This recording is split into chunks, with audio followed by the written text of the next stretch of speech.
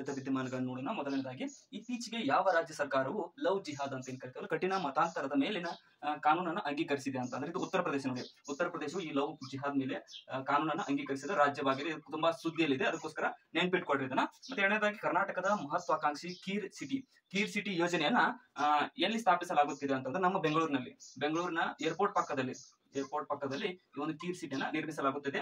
ಇನ್ನು ಮೂರನೇದಾಗಿ, ಭಾರತೀಯ ಸೇನೆಯ ಅತಿ ದೊಡ್ಡ ಯುದ್ಧ ಅಭ್ಯಾಸವಾದಂತಹ ಪರ್ವತ ಪ್ರವಾಹ ಅಂತ ಕನ್ಫ್ಯೂಸ್ ಆಗಬೇಡ್ರಿ, ಮೌಂಟೇನ್ ಸ್ಟ್ರೈಕ್ ಅಂತ ಕೂಡ ಇಂಗ್ಲಿಷ್ ಒಳಗೆ ಕರೀತಾರೆ, ಅನ್ನ ಎಲ್ಲಿ ನಡೆಸಲಾಗಿದೆ ಅಂತ ಕೇಳಿದರೆ, ಸೊ ಇದು ಲಡಾಖ್ ನಲ್ಲಿ ನೋಡಿ. ಯಾಕಂತಂದ್ರೆ ಈ ಒಂದು ಚೀನಾ ಮತ್ತು ಭಾರತದ ಮ್ಯಾಕ್ಮೋಹನ್ ರೇಖೆ ಇದೆಲ್ಲ, ಅದರ ಪಕ್ಕದಲ್ಲಿ ಒಂದು ಪರ್ವತ ಪ್ರವಾಹ ಎಕ್ಸರ್ಸೈಸ್, ಅತಿ ದೊಡ್ಡ ಎಕ್ಸರ್ಸೈಸ್ ಅನ್ನು ನಮ್ಮ ಭಾರತ ಕೈಗೊಂಡಿದೆ.